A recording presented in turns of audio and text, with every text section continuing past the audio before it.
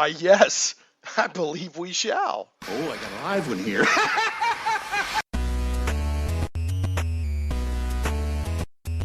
Getting geeky, all up in your podcast. It's Shane Plays Geek Talk, a journey into the things we love. I'm your host, Shane Stacks. I'm joined this week again by Chris Holmes and Mike Stewart. Hello, and Mike Stewart, Michael Stewart, DM Mike, I should say. Boy, the save boy of say ba. bah, Can you baw me? Baw. There we go. It's not a good bah, day Mike, unless I get a instead baw of from boom, Mike. Mike. Yeah, you can be baw Mike. So, Michael Stewart of the Save for Half and Found in the Ruins podcast. Chris Holmes, who is he's really turning into a podcast guest extraordinaire. So he's making the rounds, talking about all kinds of stuff, including movies. So this is you've been on this podcast several times now, Chris. The last time both of you guys were on, we were talking about zombie movies, and so we decided to do a follow up on vampire movies. And then evidently in the future we're going to do Frankenstein, aka Flesh Golem movies. So sounds like it. And then Chris was recently on Stephen Clement's show. I'll put in the links to the zombie movies that we did a few months back. We shambled through them. We shambled through a bunch of zombie movies, and zombie adjacent. Like I plant the flag that like 28 Days Later is not a zombie movie. It's zombie adjacent, but it's close enough to be considered in the discussion. But you were also talking about surrealistic movies with Stephen Clements, and I'll put the links to both the zombies podcast and the surrealist movie reviews discussion in the show notes at shaneplays.com for this episode. So Chris also has I picked up from Pacesetter Games the last couple of North Texas RPG games, books from Pacesetter that you've been involved with, RPG books, Chris. So, and of course your father, was Holmes Basic D&D. So you've definitely got a pedigree in the gaming. And there's a previous episode where you came on and talked about all that history and everything. So I'll try to put that in the show notes too. All right.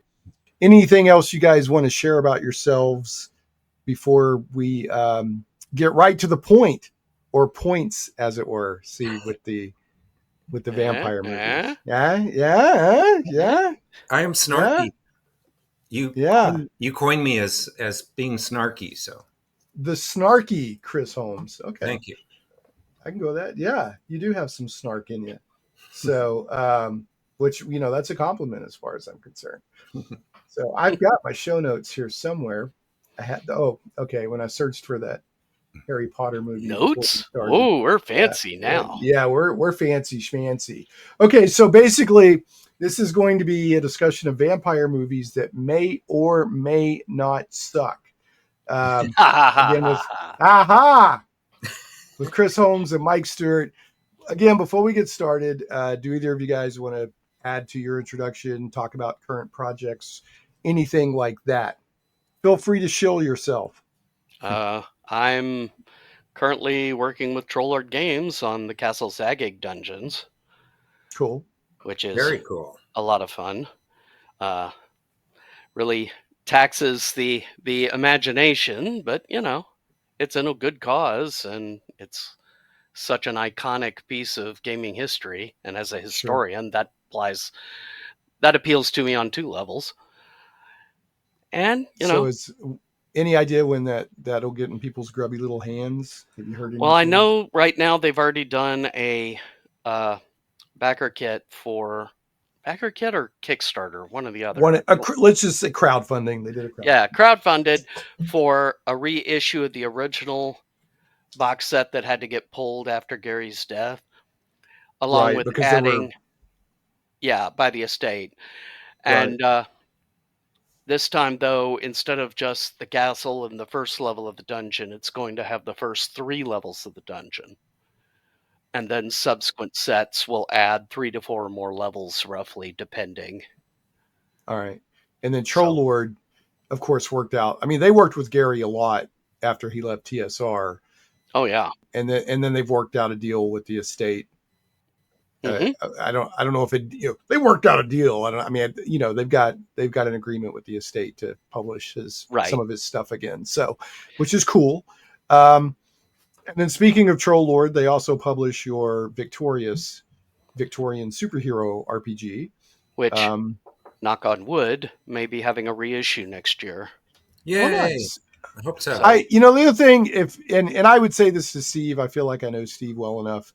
I'd be like, dude, let's get a different cover on that, right? The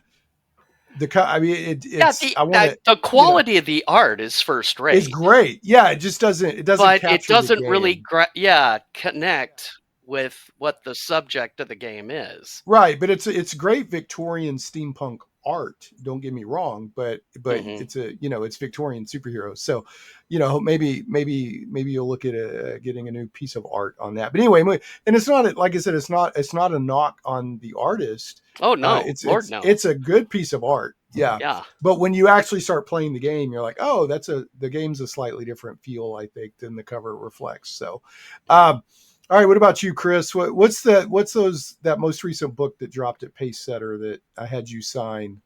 Oh, that's funny. MTX. Islands of Peril 2, which I forgot to pick up a copy of. I'm still oh my goodness, waiting for my copy. I'm sure it's excellent. It's got some of your artwork in it and stuff like that. Some of my dad's original maps. Yes. Cool. Groovy. And I was looking around for something else. Which is I have something on called The Ripper's Return or The Ripper's Back, a DCC adventure by my friend Michael, which I did some drawings for. But I'm spacing out on the actual title and his last name. I have a number of friends named Michael. Not me. No. Just to be clear, Stewart. Not me. Michael from France. I know him. Michel. How do you say Michael in France? Michel. Well, he's Irish, so it doesn't matter. Anyway. Oh, okay. All right. Well, speaking of Irish. Yeah. Oh, go ahead. No, that's a good segue. From the French part of Ireland.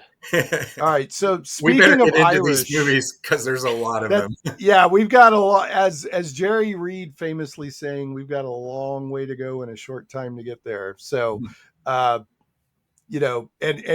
thankfully, Chris and Mike will both probably breathe a sigh of relief. We have a hard stop. We can only record for 2 hours.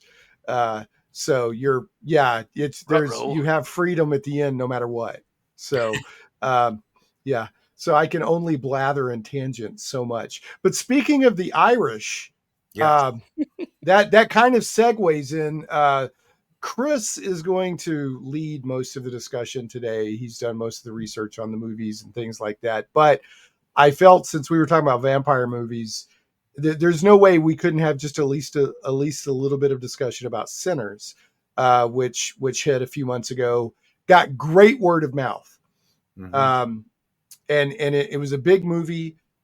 People really liked it. It's a vampire movie, so I feel like we had to discuss it a little bit. I won't, I'll try not to spend too much time here, but it's probably the main vampire movie that's on people's minds right now, as far as the most recent. So I did go ahead and rent it and check it out. I think, Chris, that you said you were going to try. Did you get a chance to check it out? No, I failed. Okay. I think I haven't watched it either. Yeah. I'm watching it right after we record, Shane. So here's the deal. It's a good movie. It's very good. I'm noticing a trend in horror lately, in some of the better horror movies, that you could actually take the horror element out of it and it would still be a very good movie, because the characters are strong. A lot of the atmosphere is strong. A lot of the setting is strong. So, I mean, they literally could have made a similar movie without vampires, and I still think it would have been a very good movie. This just happens to have vampires. And really, the vampires don't crank up and really get going until about halfway through the movie. So the reason that I said, oh, the Irish, that'll let me segue into Sinners, is that the main vampire is of Irish origin. So, and that's actually kind of important, because one of the main themes in this movie is the incredible importance of music to cultures, right? So you've got this southern sort of Mississippi African American culture that's very integral to the movie, and this is well before desegregation and civil rights and all that. I think it's like set the in the 20s, isn't it? Yeah, it's late 20s or in the 30s. The Klan is still very much a thing, and so you've got that. And then at the time, even though it doesn't get as much, I don't know, traction in today's discussions, a lot of like Irish immigrants didn't really have it super easy either. So they were used for cheap labor. They literally had, like they would get right off the boat and they get recruited and stuck on a boat to go off to like World War I or something. So, but the movie, it really, one of the strong, just really strong themes of the movie is music and how important music is to cultures. And there's a scene that, like, thinking about it right now, I get goosebumps. It's so good. I don't want to ruin it for anybody, but there's a scene, man, I'm trying to think of how to describe it without ruining it. It's just amazing. It's just amazing that this I'm gonna scene. watch it.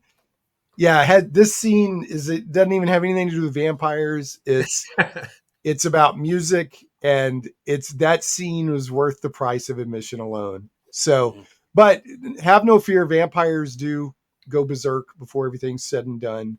It's basically two brothers. Michael B. Jordan plays twins, right? Yeah. I got 40 movies we got to talk about here. Yeah, I know, I got it. And anyway, they go off to Chicago, get involved with the mob, blah, blah, blah. And then they come back to Mississippi. I'm pretty sure it's Mississippi, to open up a juke joint. So the first night, the first night, which Michael would argue that's where the biggest mosquitoes are. There's an ongoing Arkansas versus Mississippi discussion going on, mainly over in Found in the Ruins podcast. But speaking of bloodsuckers, see how that I segued it back to the movie? Yeah. So it's basically, the movie is like they open up this juke joint, and vampires end up descending on the juke joint the first night. Some people have compared it to From Dusk Till Dawn, just because Dusk Till Dawn, you got two brothers that are criminals, and they end up in that bar, and the vampires attack. I think the similarities are incredibly superficial. So it's a much different kind of movie. But yeah, props to Sinners. I think it deserves the word of mouth it gets. So so go check it out. I know it made a lot of money. It was a mainstream hit, so good for them. And it was Ryan Coogler, the guy that directed like Black Panther and stuff. So all right, Chris. I know you're over there, man, looking at that long list of movies, and you want to talk about the Dracula book. So yeah, we got to start. Got to start with the book, folks. Over to you, sir.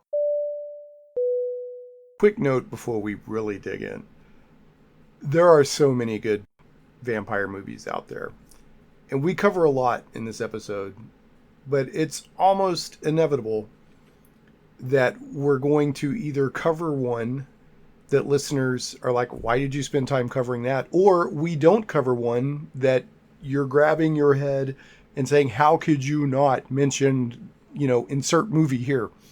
So just so you know, and we talk about this at the end of the episode, there is another part 2 coming down the road, because we all acknowledge that we just didn't cover everything that we wanted to cover.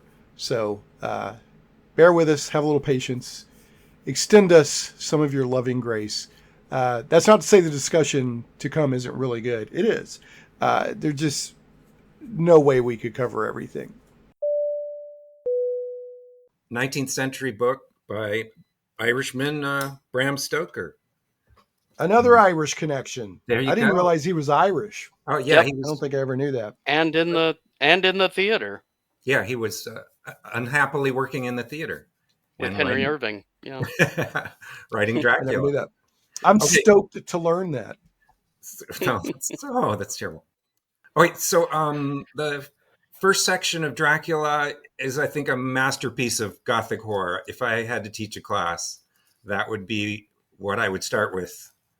The scene where Harker goes to Dracula's castle. If I wanted my students to stay in the class. But quickly, the novel goes off the rails and it gets really long. But it does have, I think, 4 really fascinating characters. Dracula, who I think is the greatest literary villain.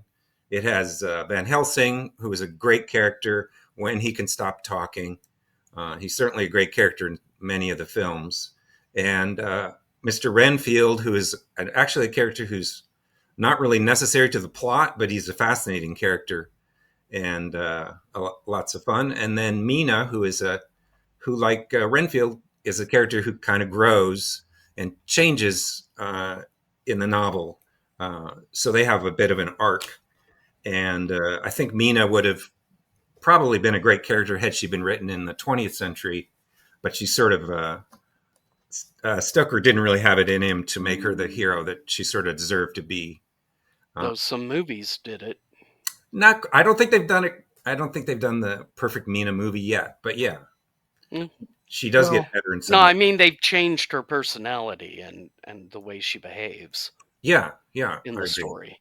Well, she drives in, and I know that this is on your list in Coppola's Dracula. Yeah. She drives the last third of the movie. So, another thing for Mina lovers, if you read The League of Extraordinary Gentlemen by Alan Moore, she's an incredibly strong character in that movie, or in that series of arguably the strongest graphic. She's super strong in The League of, not the movie.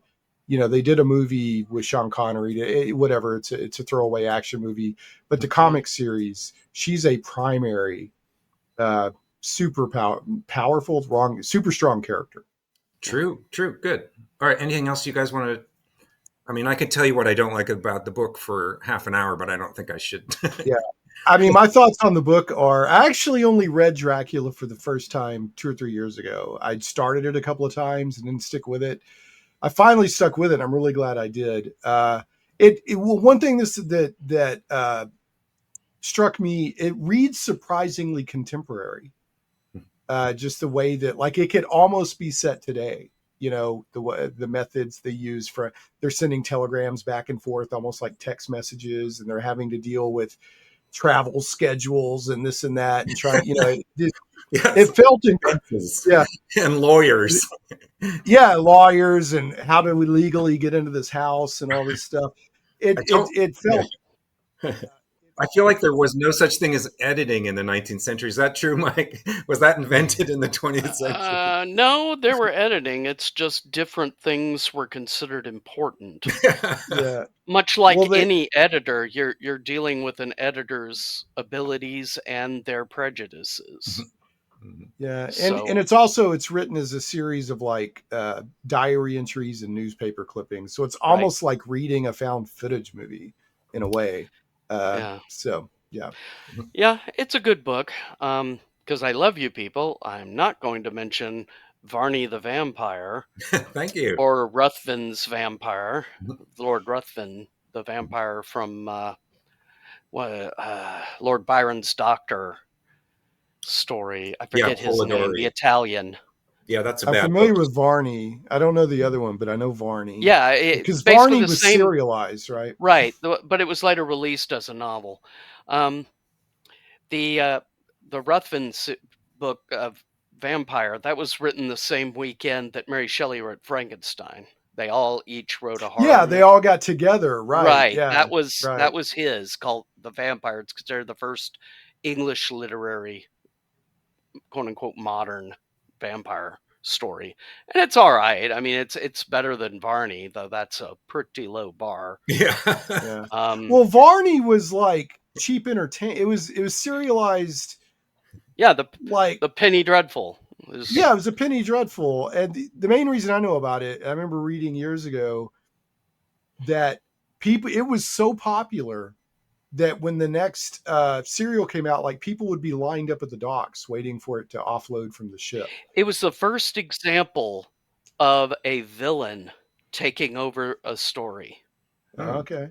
I mean, because at the beginning, Varney was just the local, noble/vampire, but well into the play, it instead just followed the further adventures of Varney.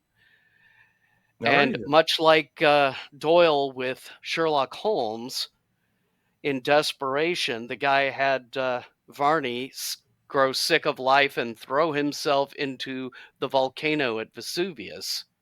Good ending. In a desperate attempt to get rid of the character. Totally burned to nothing. It's like, he is not coming back. They'll find a way. Although the Varney stories, later on when we get to Salem's Lot, I've got something to say about that. Cool. Okay.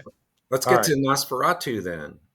Well, now, just so you don't, was there not something about the Dracula play you wanted to mention, Chris? Or about, so there is a play that was written and changed the character of Dracula considerably, but the play was not read by the Moreno who did Nosferatu. So Nosferatu was purely ripped off, I think, from the novel, whereas it was an homage. Yeah, the movie that we know as the Universal's Dracula was ripped off from with permission, taken from the play.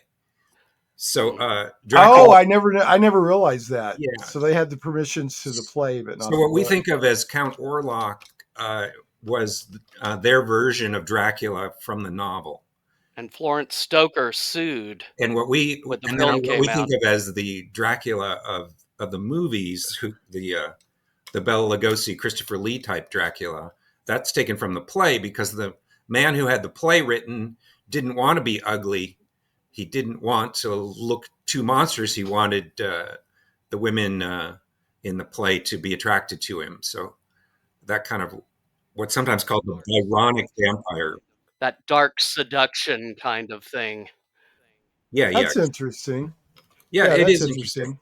So in a sense, Nosferatu is but I mean, if you read the description of Dracula, I think he's not as ugly as Count Orlok, but he is uglier. I would agree, but he's not exactly handsome either. He's no Frank Langella. Yeah, he's no. Yeah.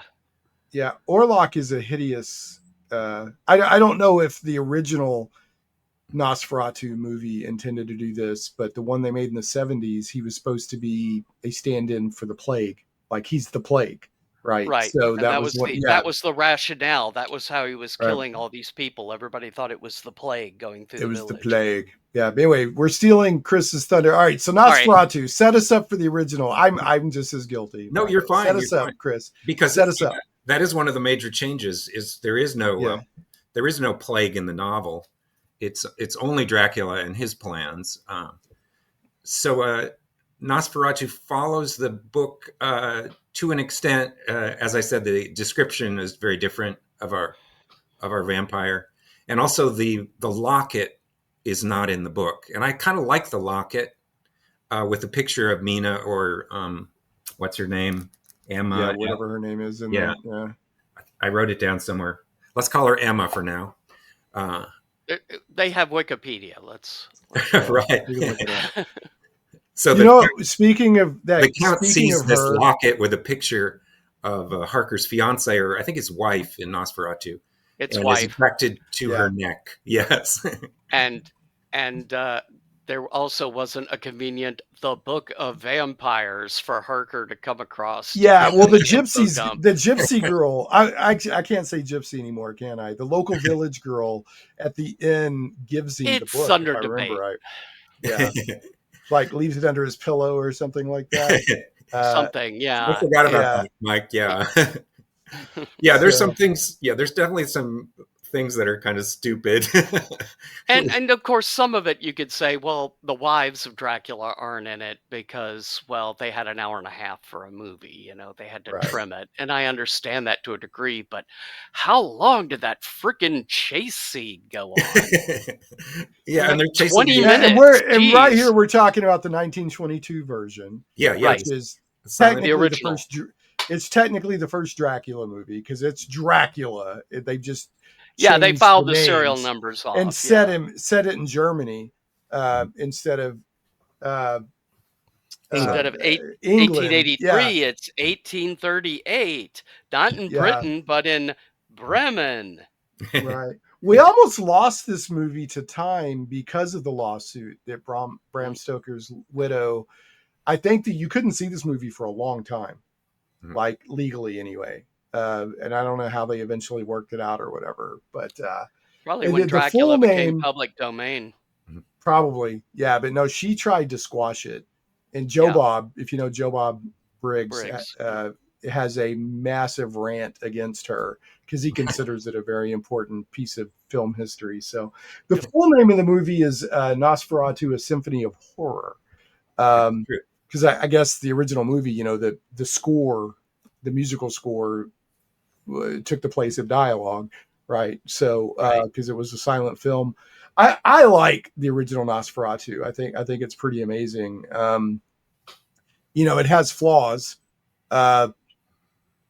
Sure. But I think for a piece of, I don't know, early filmmaking horror, I don't even know what I think it's pretty important. And it's like watching Fritz Lang's Metropolis, but complaining the effects are bad. I mean, well, come on, Wait! Metropolis never put me to sleep. How did Nosferatu put you to sleep? It's boring. It gets boring. Wow. It's got some great stuff in it, though. Like when he rises, when he's got his hands folded and he just rises straight up. I mean, you could take all the moments that are great in Nosferatu and they would take up 15 minutes, I believe. Yeah. All right. And one of the great moments is that he is killed by sunlight in the end, which is something that is not in the novel. And I do appreciate, I like vampires being highly allergic to sunlight. And so Nosferatu gets credit for that meme or trope or whatever you want to call it. Of sunlight. Yeah, because in the Dracula novel, and I guess in the play, and then later movie or whatever, like sunlight weakens him. Like, that's right. It doesn't kill him. Yeah, it takes some of his powers away. Right. But he can go out and about. Yeah. Right. So watching vampires shrivel in the sun is a great joy that we should all preserve and be grateful for. Absolutely. But I think, if I'm not mistaken, it had to be sunlight and that he was was feasting on a pure woman or something like that. Yeah, a pure of heart girl. Yeah, very fairy tale. Mm-hmm. Right. Who allowed him to feed on her and right. Okay. Anyway, so Nosferatu, A Symphony of Horror, gets a place of honor as one of, if not the first vampire movies. I mean, they were making a lot of movies back then, so I'm not saying it was the first vampire movie, but it's foundational. The only one that survived or that we know about. I don't know. And it's the first adaptation of Dracula. It's absolutely Dracula with the serial numbers filed off. Mm-hmm. So it follows the same story structure. The characters are basically exactly the same. All that. So I think it's worth checking out, but Chris says, watch it if you're having trouble getting to sleep. It's true. All right. 1930. And I love it. Yeah. I love that. I call it almost mosquito-like. He's almost like a mosquito, the way those little teeth come straight down, rat-like. Described as rat-like, yeah. Yeah, I over the years I've gotten to where I prefer my vampires to be ugly and nasty. They're like nasty. They're not sexy, cool things. They're awful things. So, or they could be both, perhaps. Yeah, for some people. In the 80s, they were 80s and 90s, they were sexy things. We're gonna get there, hopefully. We're gonna get there. 1931, Todd Browning's Dracula, starring Bela Lugosi, who played it on Broadway. a Hungarian actor who obviously had an interesting accent and became the iconic Dracula. And one of my favorite things about this version of Dracula is that they combine the characters of Harker, who is quite a boring character in the novel. They combine him with Renfield, and they make Renfield go to Transylvania and meet Dracula in the castle. And the castle is gorgeous. It's just one of the nicest sets you'd ever could see. And the Dracula's brides are creepy, and the whole beginning of the film is wonderful. And I love this movie for Renfield. This one gives me my gold star is awarded to Dwight Fry as Renfield. He's funny. This is your favorite Renfield? This is my favorite Renfield. This is actually the character who made me want to be an actor and also got me interested in psychology of all things. So I don't want to hear anyone say anything bad about Dwight Fry's Renfield. The Van Helsing's quite good too. He also has a weird accent. This is going to be probably the only Dracula that we're going to see in which accents are used for the main characters. And then everyone else in it talks like an American. And it has a terrible ending. Different than the novel, but equally bad and boring. But remind me, it's been a while since I've seen it, but it's been a while since they find his coffin, and Van Helsing and just stake him. Says like, "Get me a rock or something," and they just stake him. He never stake him. Okay, right. He doesn't have a chance. And I do agree. Okay. No fangs, no blood, no fight scene. Nothing. Yep. They just kill him. Yeah, it's really sad. As opposed to one of the best things in the Coppola version is right when they're about to kill him, he comes busting out of that trunk or coffin or whatever. We'll get there. I do like this movie. I think that The Mummy has kind of a similar, the mummy falls in love with so-and-so that reminds him of so-and-so. I think it's actually a superior movie to Dracula. One of the things I like about Dracula, like you said, is that castle at the beginning. And it never fails to amuse me. Like they're trying to show you how exotic and weird the castle is. So they have the armadillo. Yes, the armadillo comes out of the cobwebs. So I guess back then the armadillo was just considered, some European exotic thing. No, that's Transylvania, Texas. Oh, that's okay. That's down there near the Panhandle. Yeah. I feel like Todd Browning said, "Get me some rodents." Right, give me something weird, and so they just shoved an armadillo. It wasn't specific. It was that or the platypus, guys. There's a possum briefly too, but the armadillos are hilarious. The armadillo's the best. It's just hopping around covered in cobwebs. So yeah, it's yet again another foundational movie. More foundational to the mainstream than Nosferatu, even though Nosferatu is gaining a lot of ground, over the past few decades. I think Bela Lugosi I love the accent. He's in the little, they're showing his account. So he's dressed to the nines, and that's where that super dressed up, like tuxedo with a cloak kind of thing comes from. Mm-hmm. And he played it perfect, just short of being camp. It's not camp, but it's just short of being camp, with that great accent and everything. So. Yeah, he's, you're right. He's very easy to make fun of, but, if you see the Mexican version, you'll see how it'll make you appreciate Lugosi more. Well, see, we talked about this a little bit. Terrible because of the same set and very good direction, but their Dracula is he's just risible. He's terrible, and their Renfield and their Van Helsing are just awful. See, it's interesting you say that. We were emailing about this a little bit while we were getting ready for the show. I've never seen Spanish Dracula. I think they call it Spanish Dracula, Mexican, whatever. But everyone says it's a superior version because they would film. Well, they would film the American version during the day, and then the other crew that would film at night would watch the American crew solve all the problems, and then they would, have a superior take or something. I don't know. I've never seen it. So it's got a few. I mean, this is like, it's a nerd thing. If you go to the trouble of watching Mexican Dracula, you're embarrassed to admit that you wasted your time, I think is the problem. Wow. Okay. I do want to see it because I've read about it, a few times and save your hearing about it. Time and money. Watch Dracula's Daughter, which is also not great, but at least it's got some good acting in it. Well, strangely enough, that's the next movie on the list. It is Dracula's Daughter from 1936. Tell us all about it. I've never seen it. It's weird. Well, for one thing, Bela Lugosi was not available, so they just made a wax dummy of his corpse. I'm sorry. That's okay. They did what now? I got to look this up. Okay, yeah. Keep going. I got to look this up. I would never lie to you, Shane. Not about Bela Lugosi. All right. Okay. Dracula's Daughter, Bela Lugosi wax dummy. The interesting plot. It takes place minutes after Dracula ends. So you've got Dracula's corpse in his coffin, and you've got Renfield's corpse at the bottom of the stairs. Also, Dwight Fry was not available, so you don't really see him. But anyway, the police come in and they arrest Van Helsing, who is actually played by the original actor. And they take Van Helsing to jail, and they take Dracula's body to the morgue or whatever, where he's being guarded by 2 comic relief policemen.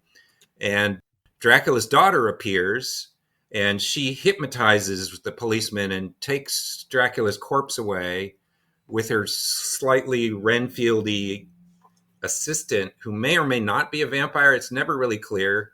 He's a man in makeup who acts strangely.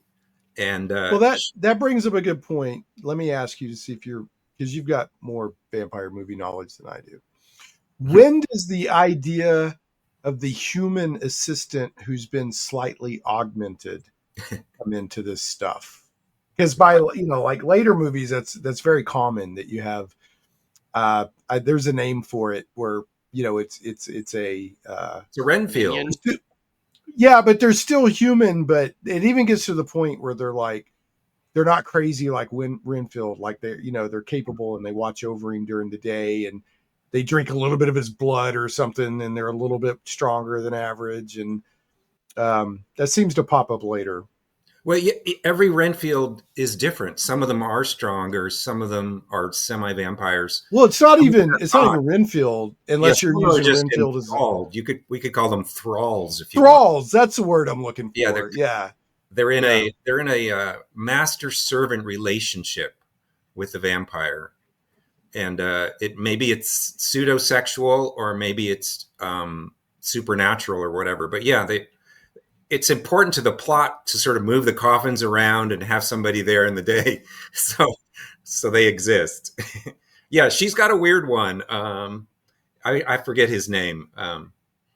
It's a strange movie. It does not really work at what it's trying to do, which is to sort of be. So why did it make?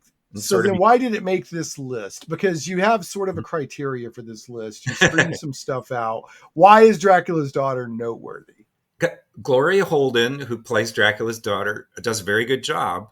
She's not allowed to show her hair, so she's not as sexy as I think she could be. But she is. Why isn't she allowed to show her hair? It's just the look they gave her. She wears She wears a almost hood. like a burqa or something. Yeah. So the movie's important because she's hot. She's kind of hot. Yeah. Okay, just checking. And let's just be transparent here. It's the first pseudo lesbian scene when she. Oh well, okay then. She has an artist. 1936. Oh, can't wait till we get to Carmilla then. Well, she has an artist model who she preys on. But it's just a strange movie, and it has this really weird thing that no reviewer has picked up on but me, I think, which is that it switches from the 1800s, I guess, to the 1930s without telling you. Just suddenly, it's like suddenly she's on the telephone, or the hero's driving around in his car, and there's an Art Deco fireplace, and you're like, wait, weren't we just in the 19th century? like it's believable that she can live that long and not age, but it's like the transition Give us was a jarring. montage. They didn't explain the transition. So All right. that brings up a point. Speaking about the pseudo lesbian, which would have been very risky for risque, I should say, especially in 1936. I think we talked before we started recording. I forgot to throw this out after. There will be spoilers and adult content. I mean, we're talking about vampire movies. And we know what that's a stand-in for. Yeah, right. So, and there will be spoilers. I'm sorry if we're talking about a movie from 30 years ago. I'm not going to shy away from spoilers. So, Or 100 years ago. Right. Or Hunter Sinners, I tried to be circumspect because it's literally still in theaters, I think.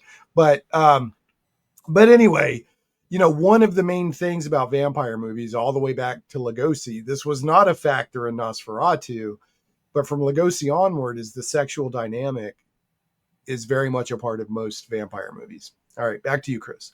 All right, well, let's go to Mexico. I think we could say goodbye to Dracula's daughter. Bye, Dracula's daughter. Okay, 1957, Mexican El Vampiro. I've never heard of this one. Yeah, there's several on this list, and I'm pretty well versed in movies, but there's several movies on this list I haven't heard of. This is a hidden gem. This is a treasure. It is El Vampiro. It's a good movie, and it's the first appearance of fangs in a vampire movie. Oh, no, they didn't have them in. Huh. Yeah, it's also got it's got a cool gothic plot. It's got like with ghosts and hidden passages. I think it has a sword fight in the end. It has probably the first time a woman has ever staked a vampire, and the vampire is cool. He and his main victim woman are actually sort of have dialogue together. It's not just like he's ordering her about, but they're kind of a team. And he's a good-looking guy. Yeah, yeah. I'm looking it up right now. Yeah. There's a lot of bad Mexican vampire movies, but this is not one of them. This is a really good movie by any standard. And, but is it better than Samson versus the Vampire Women? I can't remember that. I mean, that's a high bar. That's a high bar. The silver wearing luchador during that one, Mike. The Mexican wrestler who would occasionally wrestle vampires. Yeah. So was his wrestling name was Samson? No, or actually it was El Santo, but the English Santo. film they turned it into Samson. Santo. I was going to make be the saint, really. Santo versus all the monsters. Yes. I was gonna make a joke about there being some hairy scenes in it, but it's not the same Samson. So we'll just afraid not. All right. Okay. No, El Vampiro. Okay, I'm going to check this one out. Cut that conversation away. Yeah, we'll edit that out. Okay. All right. So that's our last. El Vampiro is straight up in a Lugosi costume, though, down to the super big bling amulet and everything around his neck. So. Oh yeah, they do the classic vampire look and cobwebs and all that stuff. Do they have? Is there an armadillo? There's a very fake rubber bat, of course. But yeah, no armadillo. Is it kind of, in those old movies when the bats would just they would kind of bounce. They wouldn't really fly. Up and down because the string. Yeah. If I don't get me started on wings to flap. All right. Let's go. Let's go to 1958. Just almost the 60s. This next one is really important. Yes, this is it kicked off the beginning of Hammer. I'm assuming this is the Hammer. Okay, this is the beginning of the Hammer series of Dracula movies with Christopher Lee and Peter Cushing, etc. So yeah, go on, Chris. Take it from here. All right. So the movie opens with a coffin that says Dracula right on it, and then they just don't open. They throw bright red blood on that just to tell you, okay, this is the 60s, guys. We're going to see some blood. Now in Technicolor. Yes, in Technicolor. So Horror of Dracula has been praised, of course, for the main actors, Christopher Lee and Peter Cushing. It's been praised for the direction, which it deserves. But I think the real hero of Horror of Dracula is a guy named Jimmy Sangster, who wrote the script. And he cut out England from the script. He cut out Renfield. He cut out all these tangential characters that we never mentioned, and he made the movie go so fast and be so exciting that it's just you're never bored. You're just like, what's going to happen next? He did add a little bit of comic relief that doesn't work, but basically you have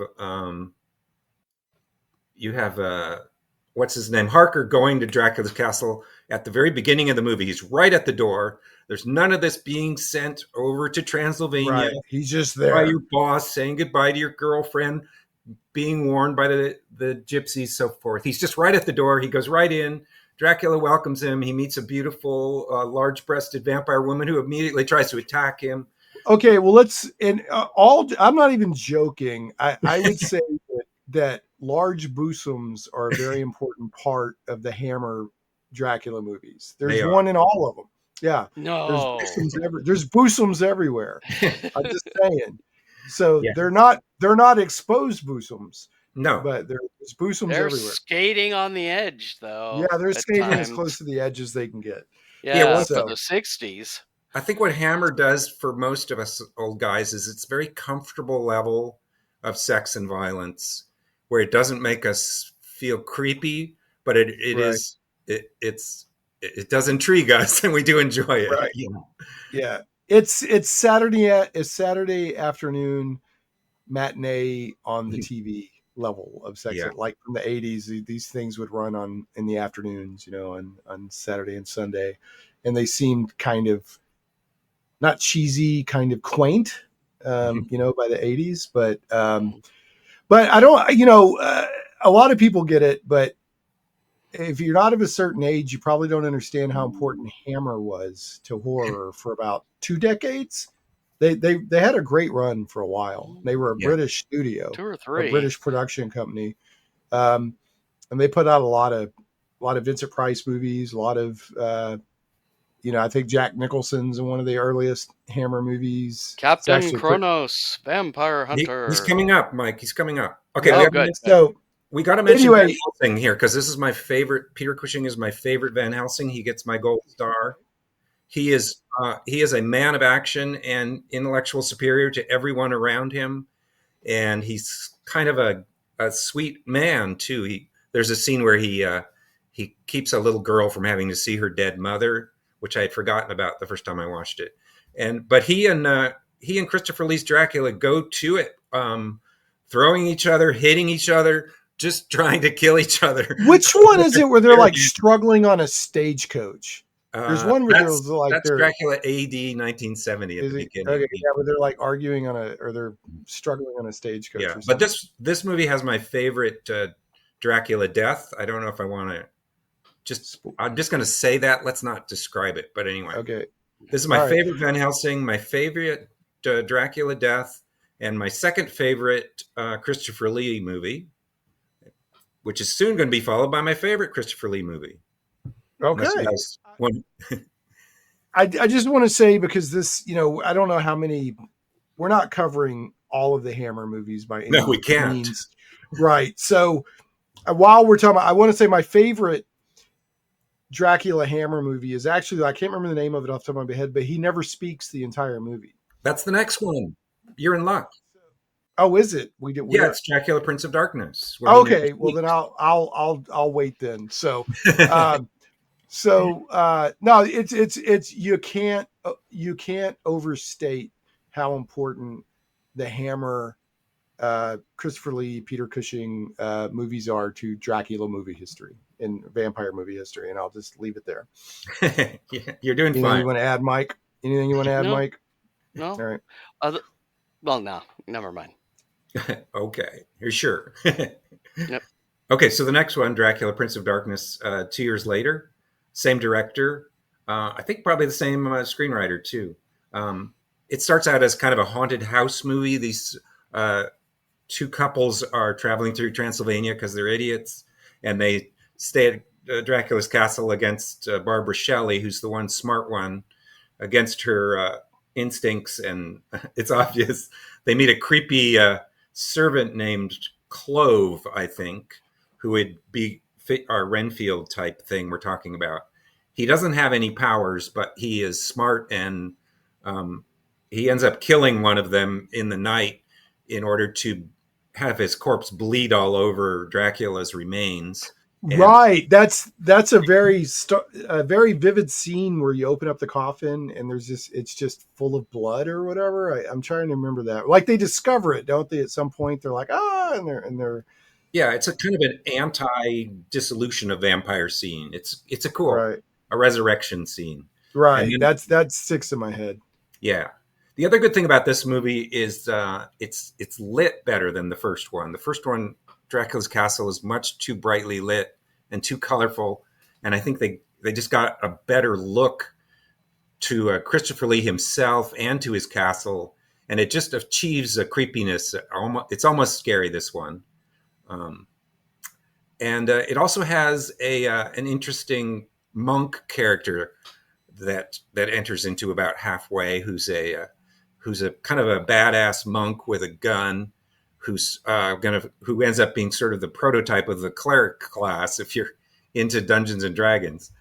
So he's good too. And then it's just an interesting story. It's a lot different than the novel because it's a continuation. But Christopher Lee's creepy, scary, quiet Dracula just does it for Shane and I. Yeah, there's something. I mean, it shows he never speaks in this one. He just walks around and glares and hooks his fingers like claws, and it's very effective. It just shows you like how scary the primal nature of the vampire is. So, and how inhuman they really are. They look human, but they're not human. Christopher Lee claimed that he didn't like his dialogue. He didn't even want to make another Dracula. He was like doing it as a favor to them. Right. And so he was just a sourpuss on the whole thing. On the whole thing. Yeah, it's good a lot of actors, it was harder to get them to do stuff like that back in the day because of the fear of typecasting. Yeah. Well, it worked. He was typecast. Right. Whereas nowadays, he gave his being typecast is also, job security. Yeah. Well, it depends on, if you're a serious actor, quote unquote, you don't want to be typecast. But there's plenty of people out there like, typecast me. I'll live off that the rest of my life. Yeah. So the Hammer horror vampire movies, check them out. Yes. We'll be visiting another one soon that Mike will want to talk about. But now I'm going to go to Italy. Italy was still making movies in black and white, but they were trying to be as gory and sexy, if not more so, than Hammer. And so this one's a guilty pleasure from 1960, Vampyre and the Ballerina. And I say it's starring Maria Rolando, but she's just my favorite looking vampire in the movie. She's amazing. And there are no ballerinas in the movie. There's a kind of exotic dancers. It's when you see an Italian horror movie, especially of this period of Gothic, you're going to get great castles, and you're going to get great atmosphere, and you're going to get great looking women, and you're going to get somewhat incoherent plots and kind of wooden acting, or maybe it's dubbing. But Vampyre and the Ballerina has a great dance number in it, which is not at all ballet. And it has some great looking ladies, and it has a kind of creepy vampire, and he does melt in the sun in the end, which is always nice. So. It's my favorite Italian vampire movie. How many Italian vampire movies are there? There's probably, well, if you count modern ones, a lot. But I watched, I think, 3 or 4 to choose my... they're all pretty good, but they all kind of get boring. This is the least boring and also the most attractive vampire woman, in my opinion. Wow. Okay. In Italy. Now I gotta look it up. Vampyre and the Ballerina. But she's not Mina. She's just a seductive vampiress. All right, now we're going to go all the way to 1970. Wait, I got to back up. Are you saying All an right, Italian movie? Are Mm-hmm. you saying that an Italian movie had a seductive woman in it? I find this hard to believe. This movie has three attractive women who. I I can't grasp that concept. Well, there's a Can't lot. rock it. There's a lot in this one. Moving right along. Moving along to the 1970s, we're going to go to Japan, where there was a trilogy of movies made that were heavily influenced by the Hammer films. And I'm picking the first one of the trilogy called The Vampire Doll. And don't get your hopes up if you love movies about dolls, because the doll is really not a big deal in the plot. But it is a good, atmospheric, creepy Dracula type vampire movie. It's a little bit sexy. It's got a kind of hard to describe Japanese tragedy sort of vibe in parts of it, which if you've seen a lot of early Japanese movies, you might know what I'm trying to describe here. But there's a sort of fatalism and it's like people keeping this vampire around because they feel they have to, kind of thing that would never fly in America or England. But the Japanese culture has a lot of ancestor veneration. Is it related to that or something else? I don't know. I'd have to watch it again. But I mean, you watch it if you like Hammer films, because it's like a Japanese Hammer film. It really is. Is it gothic? Did the Japanese make it gothic? No, it's modern. It's modern, but it has a real gothic feel. It does have a gothic feel. Okay. Yeah, he's in I'm looking at pictures of it, and it looks good. It looks very good. All three of them are good. One takes place in a girls' private school. The other one, I think, is called Always a winner. Vampire in the Lake. Yeah. They have various levels of sexiness and horror, and a little bit scary. They're really good. So they didn't draw on Japanese tradition. They drew on more of a Western vampire tradition. Yeah, he's the vampire that turns this lead vampire into a vampire is from Europe. Like he's Dutch or whatever. He comes off they call it the Bloodthirsty trilogy. Yeah, that's ironic. Yeah, you could buy or rent perhaps the Bloodthirsty trilogy. I wouldn't watch them all in one day because they're very similar, and they share similar actors in some of them too. Well, I find it amusing that they apparently do the original idea of Dracula, the foreigner from the wilds coming to after our young women and so on and so forth. And even the Japanese one manages to do that. The vampire is from Europe, see? So, one of those foreigners. Yeah, it's a minor part of the plot. But yeah, they're really good.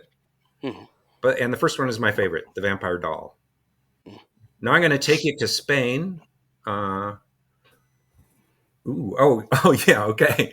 So Christopher Lee did an interview once where he said his best Dracula was this movie from Spain, Count Dracula. And I don't know what he was smoking at the time or whatever, but it's a terrible. So this isn't a Hammer. Is this a Hammer? No, this is what you would call a Euro trash movie.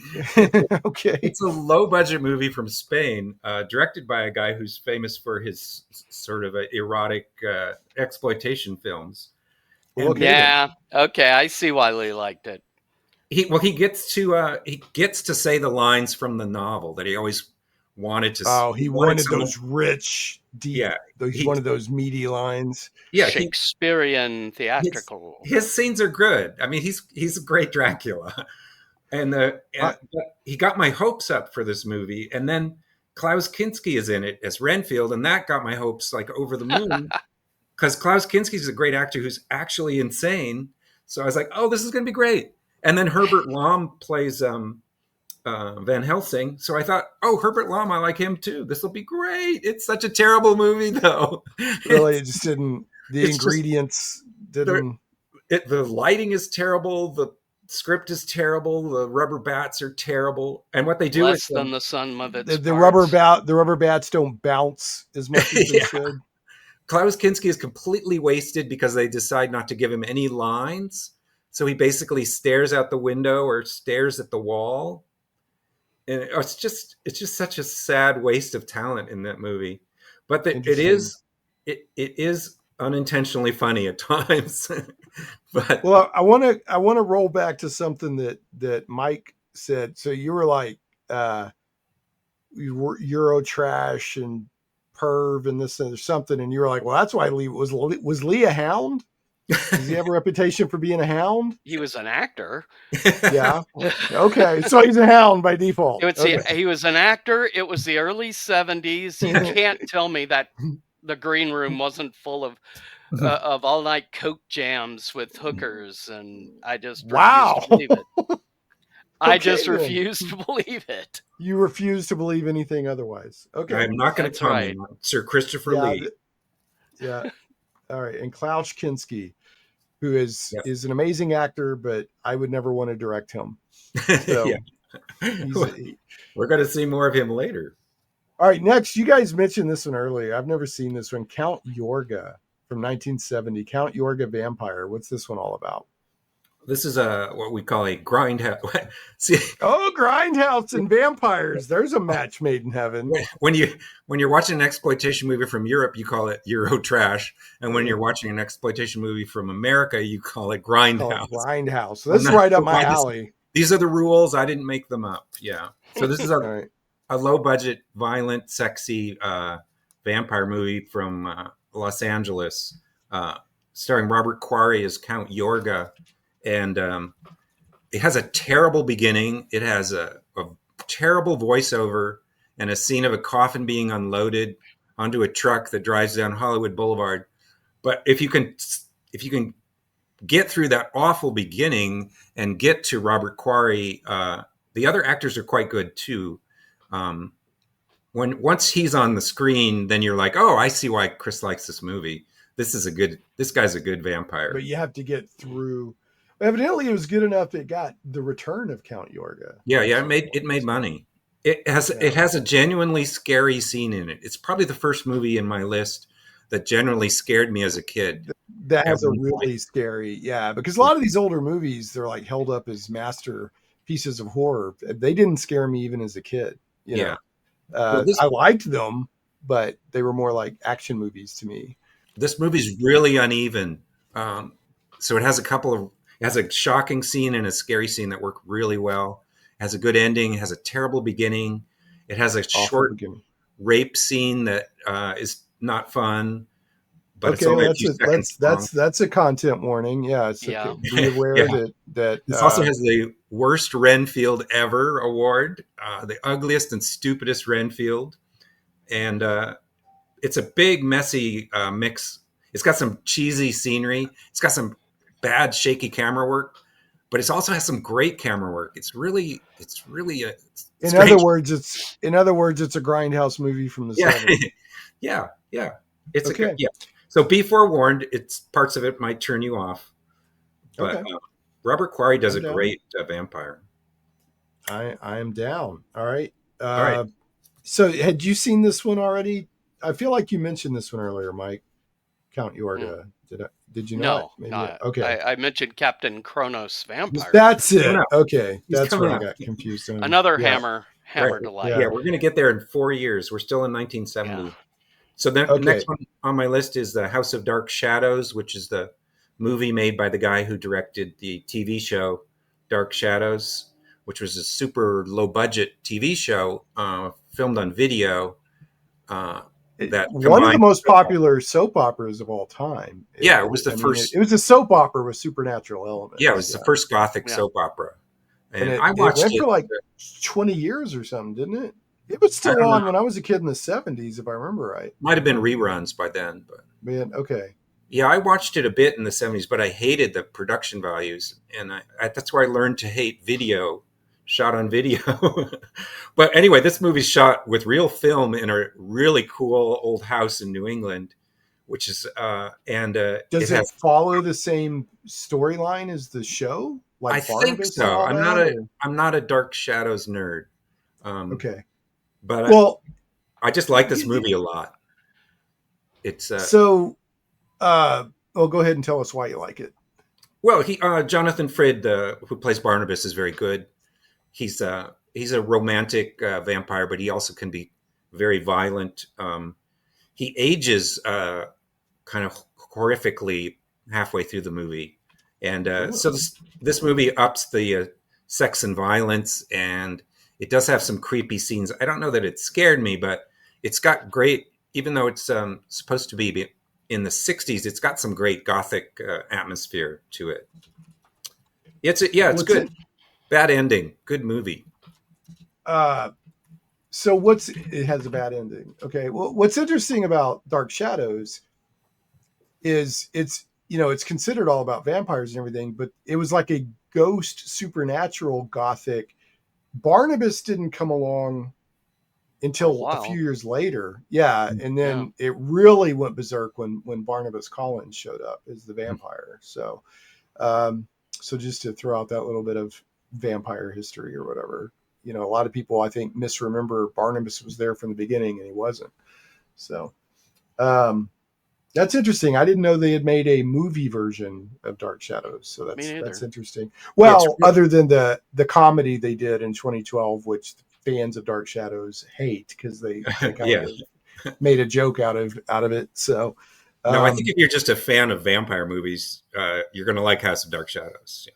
Okay, that's cool. It has one really silly scene in it where the police all show up to get this vampire girl, and every one of them, there's like 8 police officers, and they all have silver crucifixes, like the police station has them there. Right. Just, hey guys, break open the crucifix cabinet. Yeah. It's like, oh, that poor vampire, she doesn't have a chance. It's the door to the right of the armory. We got the steak kit. Pete, where do we keep the crucifixes again? They got moved down to next to the evidence room. With the garlic. They're with the garlic. Okay. Oh, that's Wolfsbane. Garlic. All right, back to Grindhouse. We're going to get to Blacula in 1972 with William Marshall as the titular role. These movies, the Blacula and Scream, Blacula, Scream, are better than they have any right to be. They are. For what they are, yeah. Yeah, they are exploitation movies, this and that. But there's some really solid acting and some good script writing in these movies. There's one scene, I think it may be in the sequel. I don't know if it's in the first Blacula, where he's like, I just want to be with my woman and I want to be left alone.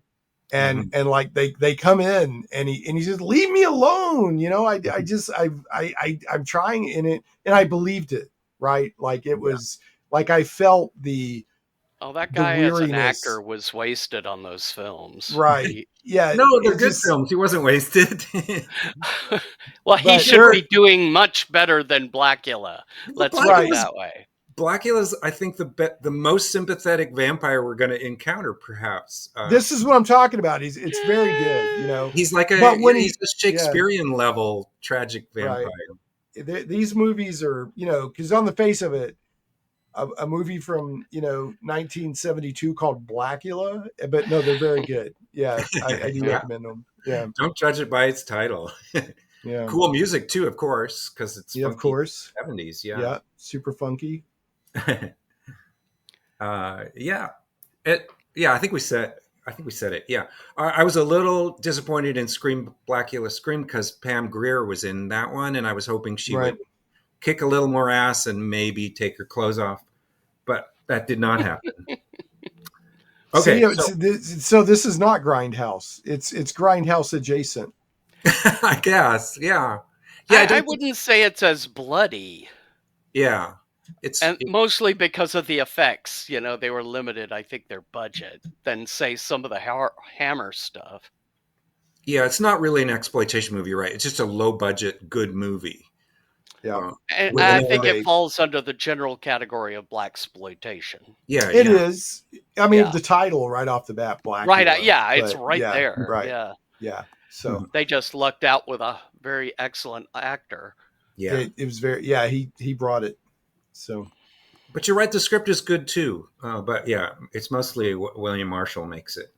Yep. Speaking of good scripts, we're going to go to the Night Stalker TV movie, 1972, written by Richard Matheson, starring Darren McGavin as Kolchak. I didn't know Richard Matheson wrote this. He totally did. He writes all the good TV stuff. Yeah, no, he's an amazing writer. So Yeah.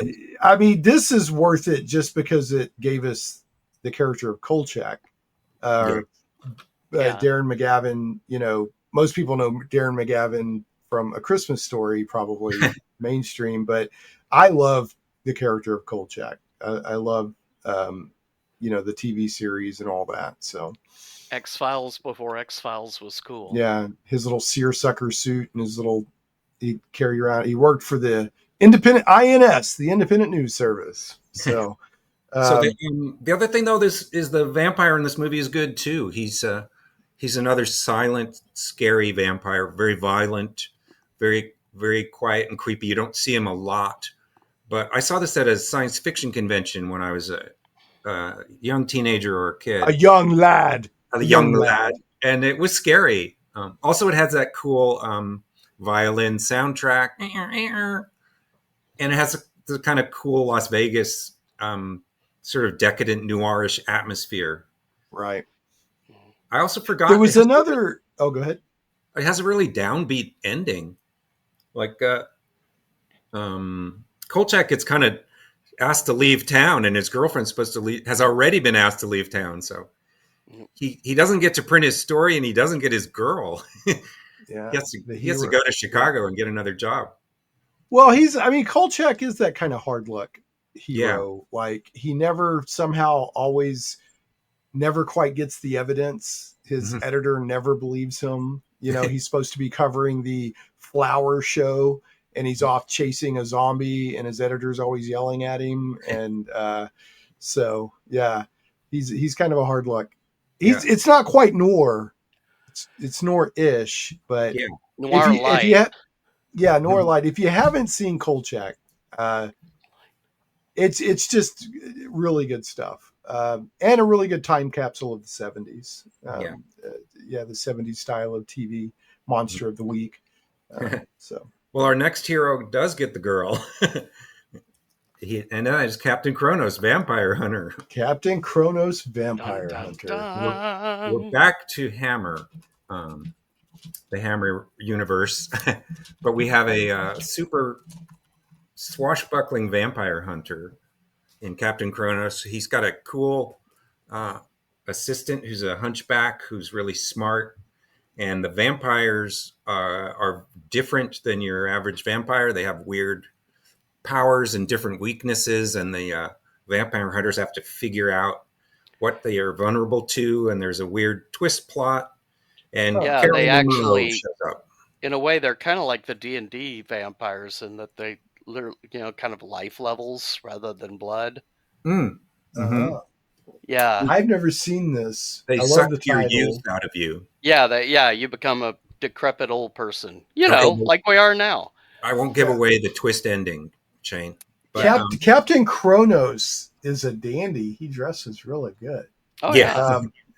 So here's the 70s.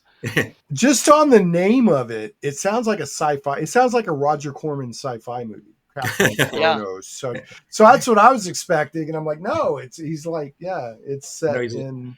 I guess the 18th century hero or something. It's almost like Three Musketeers or something. Yeah, so or early Georgian or something. I think he's supposed to be an Austrian or German mercenary, but everyone else is very British. And there's a good sword fight in the end of it. Oh, I got to see this. Yeah, you got to see this one. Yeah, Captain Kronos. But it sounds like a Corman movie. But no, it's better than most Corman movies. So the thumbnail, one of the thumbnails that when I'm searching around, it says, was Captain Kronos the last great Hammer movie? So I don't know. That's what they were posing. Now I got to check this out. Yeah. Highly recommend it. All right. This is my first really weird pick. This is from Italy, ? Because I think I love this. I love the director's British or Irish, but and you love this movie. That's fine. Okay, it's called Blood for Dracula, and it stars the great Udo Kier, and it is a very weird movie. Do you want to talk about it first, Shane? I checked it out because I guess Andy Warhol got involved with it. He got Blood for Dracula and something for Frankenstein. So somehow Andy Warhol is involved with this movie as a He producer made or money. something. He made money by loaning his They name. put his name, right. Yeah. Now that I remember. Yeah. So some of them say Andy Warhol's Blood for Dracula or whatever.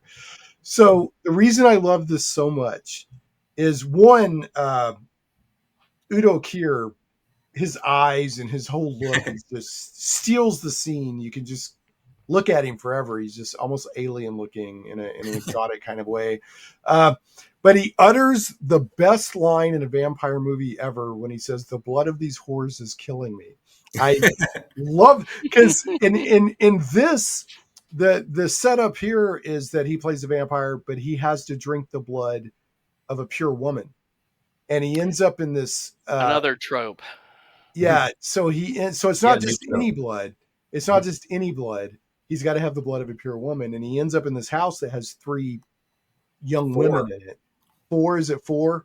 Yeah. And if he drinks impure blood, it makes him sick, and he's like vomiting, and it hurts him.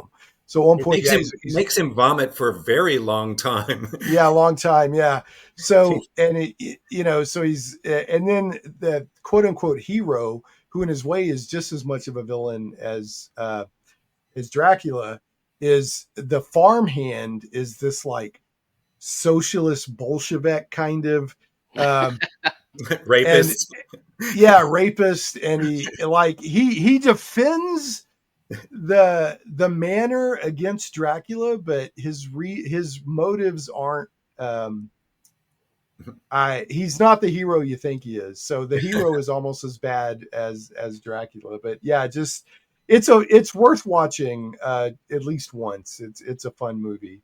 And the parents of the daughters are clueless, because he just shows up and he's like, "Yeah, I'm a lord from wherever, and I got to get married, so I want to check out your daughters." And they're like, "Well, just stay with us then," because I think they're poor. So I can't remember what to do. Anyway, what are your thoughts on this movie, Chris? There's an economic kind of subtext to the movie, like they're the decadent aristocracy so they're willing to sell their daughters off to Dracula just to get some money. I think we are supposed to like the socialist character, but it's not clear that we're really supposed to like anyone in the movie. It's an art film. It leaves you with lots of questions. I love how he's so. Oh, go ahead. Well, there's a lot of sex in the movie and a lot of nudity, but I didn't find it erotic. Like I found it. Yeah, it's an odd movie. It's almost an art piece rather than a movie. I mean, it is a movie, but it's very, I don't know. And when the farmhand like fights Dracula, he's almost casual. He's not even surprised that there's a vampire. He's like, "Okay, I'll take care of the vampire." So he's almost like bored and weary and annoyed with the vampire. So it's worth checking out. I like the Renfield character too, because Dracula is so weak and sick. Actually, I was going to say, if you're one of those nerds who likes to have power rankings, this is your weakest Dracula. Yeah, he's super weak because he can barely get up the stairs. Well, it's because he's at the end. That's why he needs to get a pure woman. So because he's at the end of his cycle or whatever. So yeah. So his sort of annoyingly uptight Renfield type character has to do a lot in this movie, and I found him at first annoying, and then I kind of fell in love with him. Yeah. It's a strange movie. It is strange. It's worth seeing. I want to see the Frankenstein one too. We will next year. Yeah, next year coming up. Frankenstein and blood and flesh golems. Okay, next. All right, next. Okay, this is also weird. From Spain, 1975, Night of the Walking Dead, not Night of the Living Dead. This is yeah. This is a hidden gem, I think, but it's a little hard to explain why I love it. But it's a weird little low budget, sort of erotic, sort of exploitation movie from Spain with no one you would know, and the acting is pretty good, and the sets are are not sets; they're actual mansion, which is really cool. And there's a romance kind of happening between the vampire and the girl that kind of works. And there's a really ugly, funny-looking sort of Renfield character who I enjoy. And there's some intentional humor and unintentional humor, and it's just it's hard to explain why I like it. And it's out of Spain. Yeah, it's Okay. and it's free on YouTube, I think. Woohoo! It has there's like a party every year for the vampires, and that is the titular night of The Walking Dead. So there's this big party scene with a bunch of vampires. It's kind of funny. Is it like Walpurgis Night, or is it something? No, it's not a very supernatural kind of thing. It's just odd. The vampires are killed by having a steel spike driven through their head. Like the knowledgeable gypsy character goes, no, put those stakes away. What are you talking about? We have to put a steel spike through their head. And they're like, oh, okay. Well, okay. It has an alternate title of Strange Love of the Vampires. That's probably a better title. Yeah. Yeah. The woman, the young woman is dying of, it seems like boredom. She's dying. So the prospect of becoming a vampire is somewhat appealing to her. So that's one of the interesting things about it. Anyway, that's enough. Yep, moving on. All right, now we're going to do another Dracula. Here's an over-budgeted movie. 1979. 1979. Is that Langella's? Yeah, Frank Langella. And the director did something. What did he do? He did like Saturday Night Fever. Yeah. Shows, actually. Yeah. I've seen pictures of this in the movie poster, but I've never watched this one. He's a very striking picture of Langella in the open neck shirt, right? Like he's trying to go to the club to get laid. Yeah, right. He's definitely a Saturday Night Fever vampire. He's a very sexy Dracula. He actually does a good job. He did it on stage. He did it on stage in a revival that was very popular, so that's why they made this movie. And Kate Nelligan, who plays the Mina character, although I think she's called Lucy in this one. She's very good and they reverse the personalities of Lucy Westenra and Mina Harker. Yeah, they got them confused. It's this one's based on the play, but they added a lot of stuff because they had too much money. Well, I don't think they got them confused. I think they were trying to make a point on compared to the way the two characters were in the original book versus how the mid-70s was dealing with the feminist movement and everything. I can see that. It has Donald Pleasance in it, so that he's the sort of useless Dr. Seward, and Laurence Olivier is Van Helsing, and he's quite good. Yeah, and Dr. Stewart was always useless. Yes, always useless since he was such a waste of paper in that book. It has an actual scary scene under the graveyard in one of the girls' graves has a hole in it, and they end up falling through the grave into a sort of dungeon scenario, which was really scary scene. Which it was one of the few things they added to the story that kind of worked. But it's a weird, uneven movie. But Langella's a very good, sexy Dracula, I think, and Kate Nelligan's he's striking. Sexy victim of some kind, whether she's a Mina or a Lucy. Yeah. Bad ending to this movie. Bad beginning and a bad ending. But I don't know about a bad ending. I mean, there's a no worse than cloak at the end that we stare at with the camera too long. Well, do you remember that part? Yeah, I remember it. Okay. I don't see a problem with it. I mean, Mike likes the flying cloak ending. Okay. We'll differ on that one. Maybe he just doesn't. Maybe he just doesn't dislike it. Maybe it's not. Oh yeah, it's hardly my favorite, vampire movie by any stretch. But it's like, well, it's no real different than some of the other films with their weird endings. So, it's got a bad Renfield. Yeah, they should have just cut him out.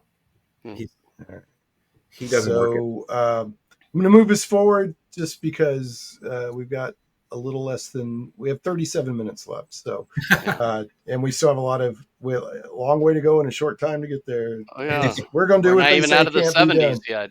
Yeah, we're going to do what they say can't be done. So The next one on the list here, I think, is a very important movie in vampire history. But go ahead and tee us off, Chris. Oh, okay. I thought we were going to skip ahead. Okay, no, we're going to do the remake of Nosferatu Yes, sir. by Werner Herzog. We were going to skip that one. I thought now we can't.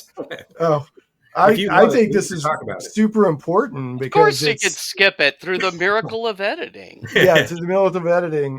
This has got Klaus Kinski as the. It's got Klaus. Is it Kinski? Kinski as playing Nosferatu as Orlok. As Orlok. I love it's you can't skip a Werner Herzog movie. I mean, you can sleep through one. the sheer nihilism. No, I love this movie. I think it's great. Okay, they really leaned into that. Like Herzog was like, Nosferatu is the plague, and they just that's the central theme of the movie.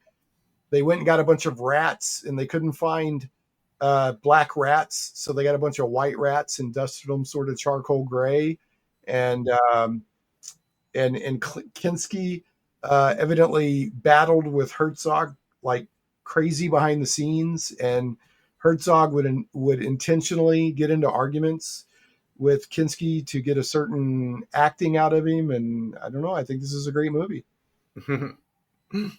It's slow. He's ugly. It's got the most beautiful Emma or whatever in Isabella Gianni and the ugliest, saddest vampire ever. Yeah, well, so Herzog purposefully, because he was like, you're playing Orlok too animated, so he would get into huge fights with him to wear Kinski out. So when they filmed, Kinski would look all tired and subdued and everything. He did it on purpose. It worked. Yeah. What were you going to say, Mike? You were saying something a second ago. I don't even remember anymore. Don't remember. All right. Have you seen this version? I've seen sections of it. Oh, I remember now. It kind of struck me a bit good. I haven't seen the whole film, but as kind of an art house movie almost. It is kind of an art. Well, it's Herzog. You're never going to get a straight movie out of Herzog, ever. But I don't know. In some ways I'm getting more into the Nosferatu movies than I am the Dracula movies. I just like the angle of the horrid aspect of the. Well, I think the idea of the sexy, I want to drink your blood and get into your pants vampire has been overdone. Way overdone. Yeah. Yeah. Okay. All right. Anyway, it takes 20 minutes. I timed it. It takes 20 minutes before you get to Dracula's castle. 20 minutes of traveling through beautiful art house scenery before you actually get to the plot of the movie.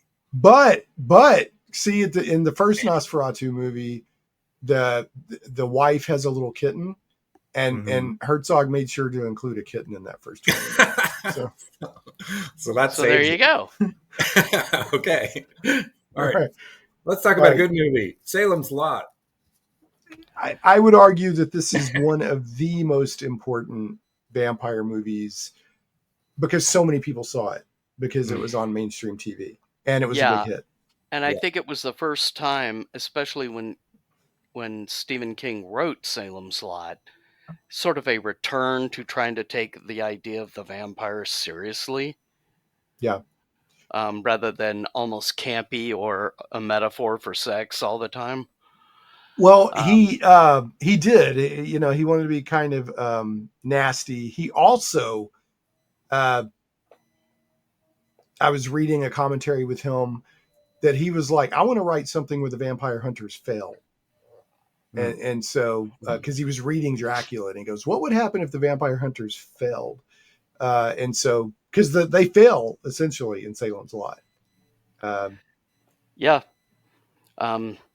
Even in the book itself, then you're stuck with a bad sequel. That's what would happen. They won. Return to Salem's Lot is awful. Anyway, go ahead, Mike. What were you saying? Basically, even in the book, they won, quote unquote, by all getting out of town. Yeah, they the main characters. That was it. the love interest, the guy's girlfriend, who is Right. set up as a major character, gets turned And into then- a vampire. Yeah. The priest But- gets owned. Go ahead. Yeah. But what I was going to say is something that always struck me when I was a kid watching Salem's Lot as opposed to other vampire movies was the unusualness of the glowing silver eyes. Yeah. Yeah. Yeah. That is actually from Varney the Vampire.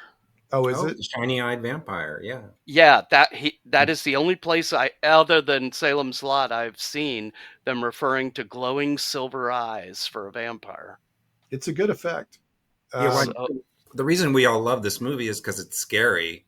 I mean, It is scary. yeah. the boy at the window scene scared me as a kid, and the first appearance of Mr. whatever his name is, the Nosferatu, was very scary, and his Yeah. second appearance is pretty scary too. It's a scary movie. Toby Hooper probably deserves some credit for that. Yeah. Well, I mean, this is the guy that directed Poltergeist, and he directed the first Chainsaw Massacre, Texas Chainsaw Massacre. You know, he's a horror director.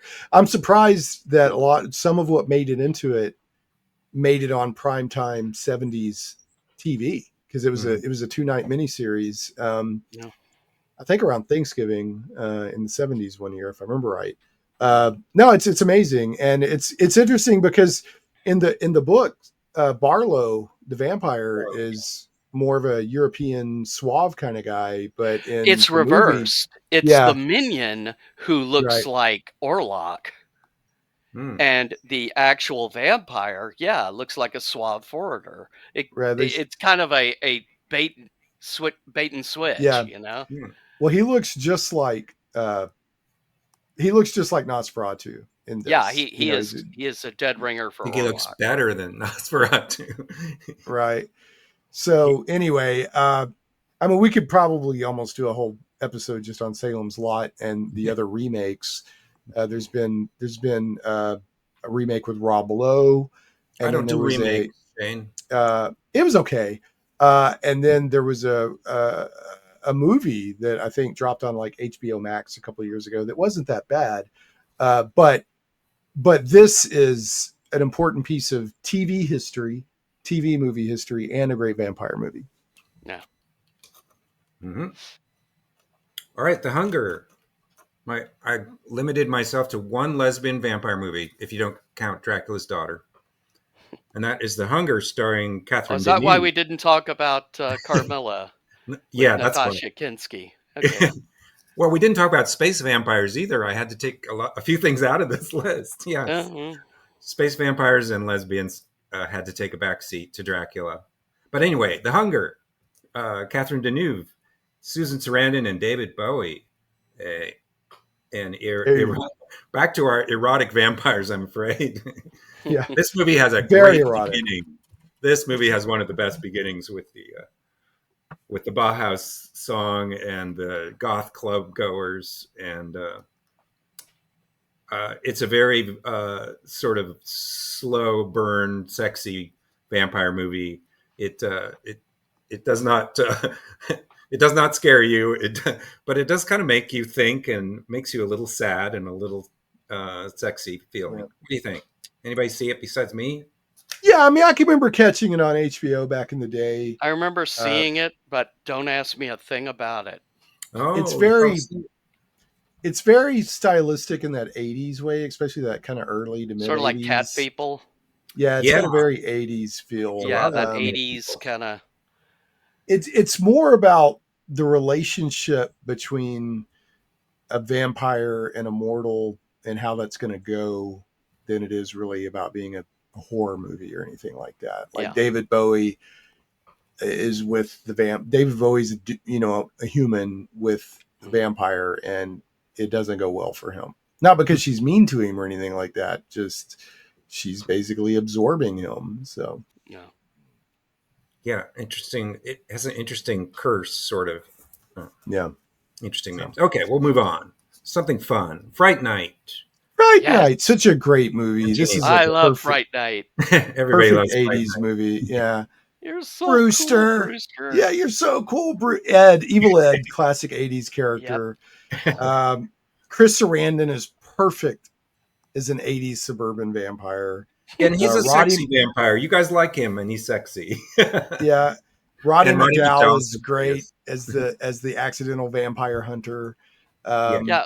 Well, I like it because he drifts between being almost goofy and then other times he's just brutal.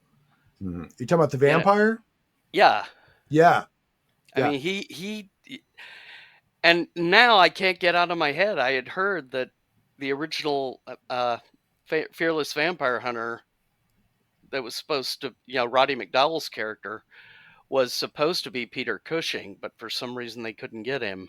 I'm almost glad that they didn't, because Yeah. I think Roddy McDowall does such a great job. Oh, he does a great job, Yeah. but I can't stop myself from thinking how would Peter Cushing have handled that? How did this? Yeah. He doesn't do many comedies. Roddy McDowall's very funny. No, he's perfect in this. If people don't know, so basically, Roddy McDowall plays a horror movie, like local cable TV or local Elvira, TV channel. Mistress of the Dark Elvira. kind of thing. And one of the characters goes to him and says, my boyfriend or whatever believes there's a vampire next door, but he loves your show. Could you just come do a little hocus pocus acting and prove him otherwise? And so, it's on a vampire. And then Roddy McDowall shows up to do it and then figures out, holy crap, this really is a vampire. And it's just a great And movie. like a normal actor, he runs like a scared old woman. Yeah, he's like, I'm out of here. Yeah, gotta go. So, yeah, it's really good. This was, I Great think, movie. to my knowledge, the first movie where a vampire transformed from looking normal to having hideous monster makeup and Right. See, and I like that. I like when they it works in this reveal movie. Yeah, under I don't the know if I like surface. it in all movies. But yeah, and it also has that trope of the mortal he meets bears a uncanny resemblance to his lady loved so long ago, Right. that sort of thing. Yeah, that one I could do without. Which is Yes. tedious. I mean, maybe it was fun the first time, but it's like, okay, it's done now, guys. It also, and I know we need to move on. Just want to say, it has the most menacing scene with somebody eating an apple I've ever seen in my life. Yeah, I've never seen somebody eat an apple with such menace. So we could do a show on what vampires are allowed to eat in different movies, or Right. not. Yeah. or not. Yeah. All right, should we go on to the Lost Boys? yes, another great 80s. Another great This one. is It's so somewhat Fright comedy. Night and The Lost Boys are both great 80s movies, but they're also good vampires movies. Yes. So, yeah. I agree. Lost Boys is almost like I don't think there's been a movie before or since. It's its own genre almost, a movie. Teenage rock music, sexy, sleek, fun. It's almost like a music video at times. Love Yeah. this movie. Yeah, love this movie. I have a Pray couple you problems never with this have movie. to call us. All right, let's hear the Right. problems. I have Let's a hear the couple problems. All right, let's hear it. lead male and female characters are boring. All of the family members, Gasp. Keith or Sutherland, everybody else in the movie is really The interesting. female character's kind of boring. I'll grant you that. Are you talking about lead's Star? Just as boring Yeah, as Star. her. Yeah, super boring. Wasn't that Jamie Gertz? Who cares who it was? She's super boring. I'm She's the lead. just trying to remember. I mean, I'm not saying she was a bad actress. She She just was didn't badly really written. stand out. Granted, Yeah. she didn't have very many lines, so Right. Okay, so her that's my first. whole function in the movie was to get the older brother interested in the vampire gang. right. That's her Yeah, whole. it's about function in Kiefer the movie. Sutherland and the older brother. But the younger Right. brother is a more interesting, likable character than the older brother. Is not really worth saving, other than that the movie sort of is about Wow. family and about the kind of. It really gives you warm family bonding kind of things with grandpa and mom getting in danger, and so you do kind of want to save him, even though Ed Herman as a master I might- vampire. yeah, I might privately want him to die, but yeah, I get with the sort of vibe. I don't like the flying. I don't like people flying around on wires or computer-generated flying vampires. You So want that a was- rubber bat being wiggled up and down. Yeah, on it's screen. No, I bouncing don't up like and rubber down bats on a either. bungee cord. I I mean, it's got. I like the next movie, Near Dark, better because they don't fly, they don't turn into bats. They As a just- vampire movie, Near Dark is the superior vampire movie. But as just a great 80s movie, I like The Lost Boys better. Before we move on from The Lost Boys, we got to give it credit for two great lines. One is death by stereo, and two is holy crap, it's the attack of Eddie Munster. Eddie Or Munster. whatever. Yeah, whatever Yeah. it is. And then the ending, which I will not give away on the off chance somebody hasn't seen it, is A 40-year-old superb. movie. Superb. I'm still, just in case, I usually don't care about spoilers, but Yeah, let's it just is say an excellent way to end a movie. the ending is perfect. And if you've never seen the movie before, I guarantee you don't see it coming. All right. Anyway. And it's got a half-naked man slithered in oil playing the saxophone. Well, yeah. How could I object to that? Yeah. So I still believe. All right, next. All right, from comedy to drama, 1987, Catherine Bigelow's Near Dark, starring. Fantastic movie. Everybody- You're gonna baw Near Dark? I liked the actors in it for the most part. Oh yeah, Bill Pullman is so good in this. Bill I think everyone's Paxton, good. Lance You mean Paxton? Hendrickson, All right, who don't you like? the woman that played Vasquez in Aliens, Right. Mhm. So many good. Rebecca. So many good. I don't remember her name. Anyway, And it's got that annoying little kid that is in a lot of 80s movies that Yes. plays the 100-year-old vampire that's stuck in kid form. Yeah. Yes. He's good too. No, the movie's great. Well, I mean, you He's hate all him. right, You're I supposed to guess. hate him. And let's face it, the only reason they didn't have people flying on wires or anything is because it had a much smaller budget. I think that this is a fantastic vampire movie. I think this had the perfect budget. Crap Like, ending. I think. Okay, I didn't like the CGI. Crap ending. Are we talking about the transfusion? Yes. Suddenly solves. That is yeah. such bull. That feels like the kind of ending that executives tack on.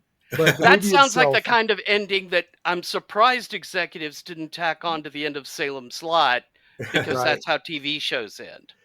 But See, it's. I thought you were going to this be with is- me and not like the CGI flames. No, it was the I transfusion would- you didn't like. I would No, almost the call flames this. didn't bug me. Oh, I didn't I would like almost those call this the a cowboy gritty noir vampire movie. It's That's fair. Yeah, That's yeah. fair. There's some absolutely fantastic moments in this movie, like when they go into that bar, and it just I don't know. I mean, fantastic movie. If you Yeah, haven't I seen mean it, check that it was out. that was very dark. The whole bar Yeah. scene. Yeah. Although I did like when Bill Paxton shoots the DPS officer through the door, and it's during the Yeah. day, so the beams of sunlight come right through the hole and hit him in the stomach and blow him backwards. That was hilarious. I like it when he shoots. Caleb is the character that is our what do you call it? Our identification character, because he starts Allegedly. as immortal, becomes a vampire. And I like when Caleb gets shot for the first time, and Bill Paxton looks over and goes, "It's a kick, ain't it?" I love that. All right, and we got to move on. We got 20 minutes left. 18 minutes. All right. Yeah. All right. I didn't like Buffy the movie, but I did like Buffy the TV show. I think it does high school very well. It's a lot I of like fun. the movie. It was I all liked right. the movie a lot. Okay. So, I never really watched the series, but I like Me either. Hey, maybe that's why we like the movie. Yep. And Okay. Well, we can disagree on that one. That's okay. All right. Bram Stoker's Dracula by Francis Ford Coppola. Even though we're running out of time, we got to hover here a little bit. We do, I'm afraid.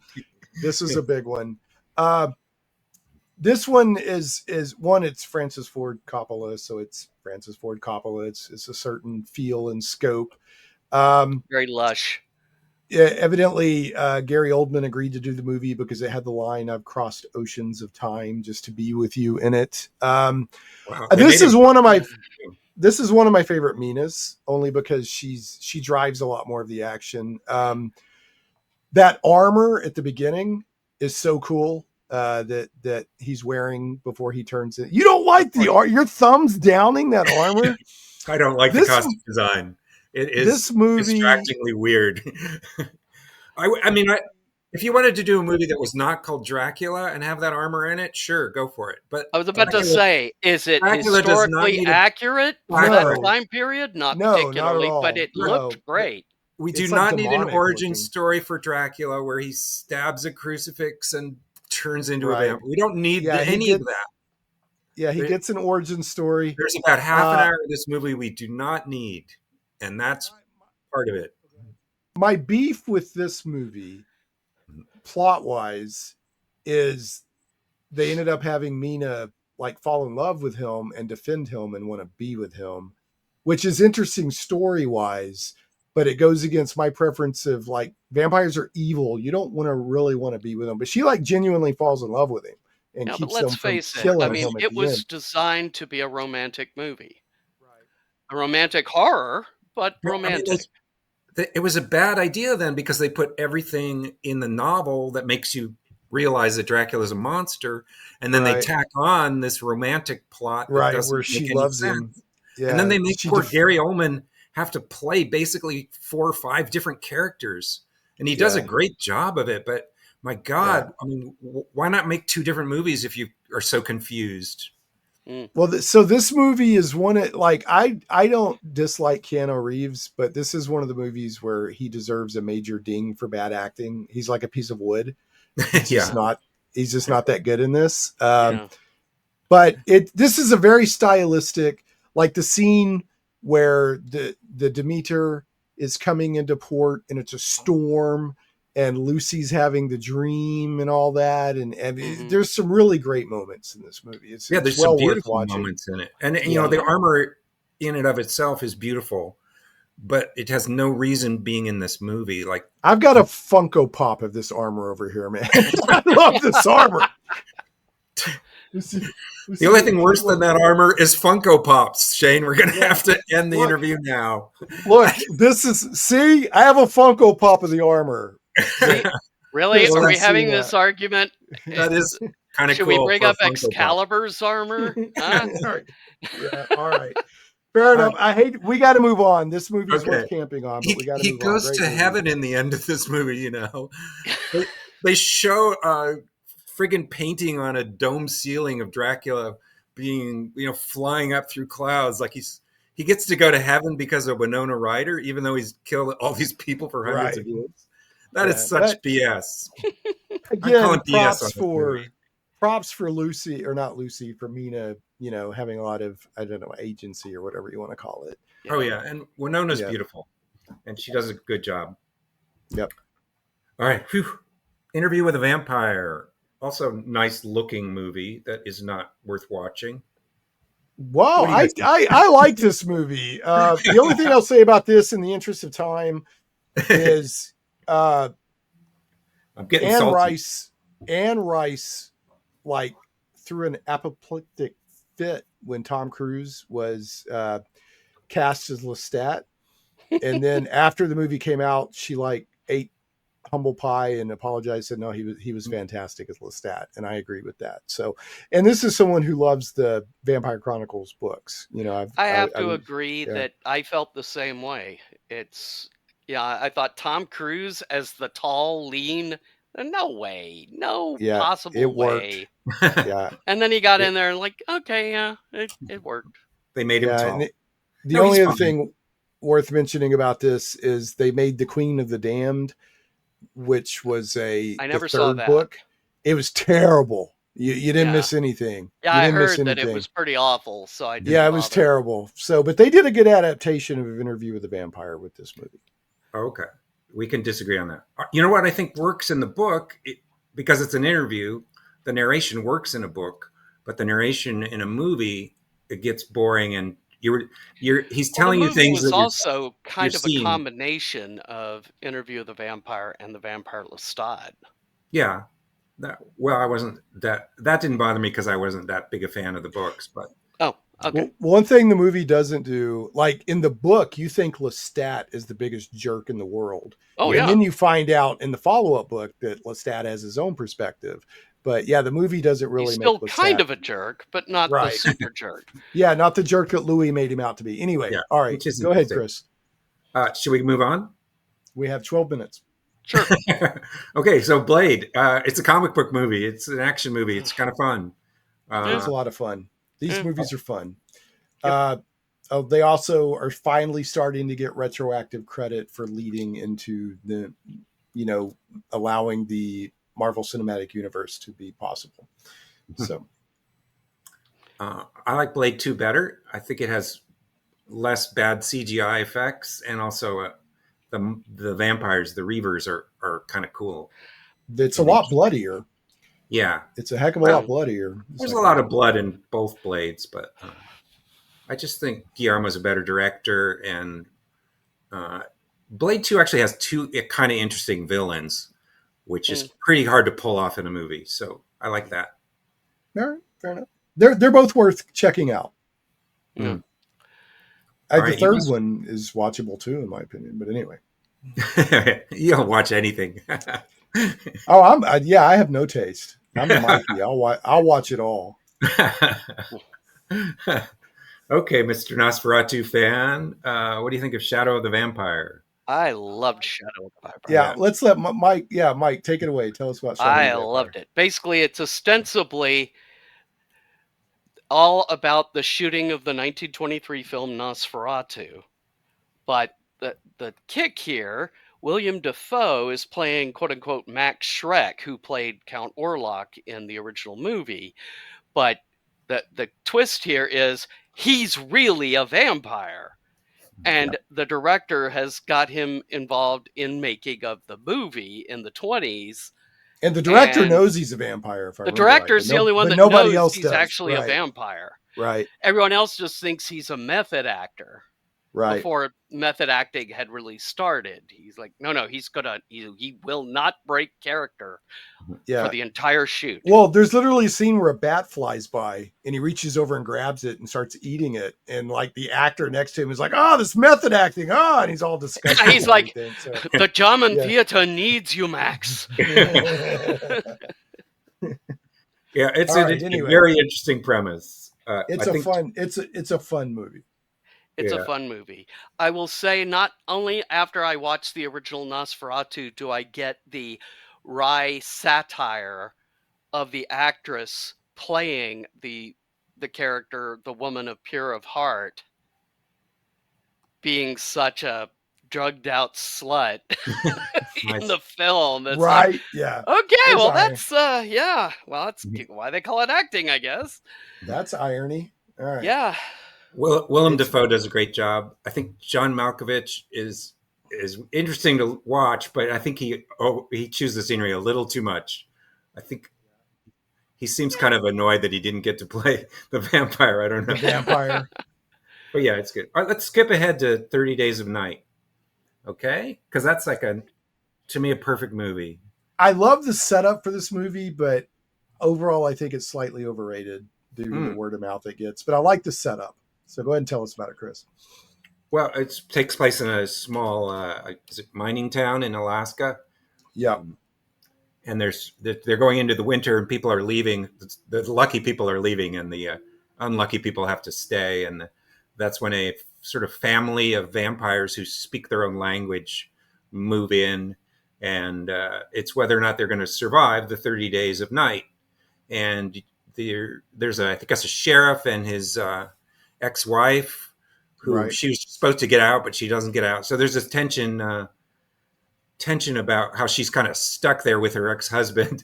And also some of the people are not so smart. It's a lot like Night of the Living Dead in that there's people who are going to step up and be heroic. And there's people who are going to be a drag and maybe we're not going to survive. There's a lot of suspense. Right. Because the vampires... A bottle episode. Yeah, the vampires pretty clever trapped in town and pretty powerful. And there's no hunting vampires during the day because there's no day. Yeah, that is a great setup. Like you've got to survive 30 days, not one night. So yeah. I think it does everything it aims to do really well. It's very exciting. these next two movies, I definitely want you to cover, Chris, because I keep hearing about them. We've got Let the Right One In and A Girl Walks Home at Night, or Home Alone at Night. Tell us about these movies. I keep hearing about these movies. Well, let the Right One In refers to the trope that the vampire needs to be invited in. Mm-hmm. But it's about a little girl vampire and about a sort of a lonely boy in Sweden in the winter who's bullied, and he makes friends with the vampire girl without knowing she's a vampire at first.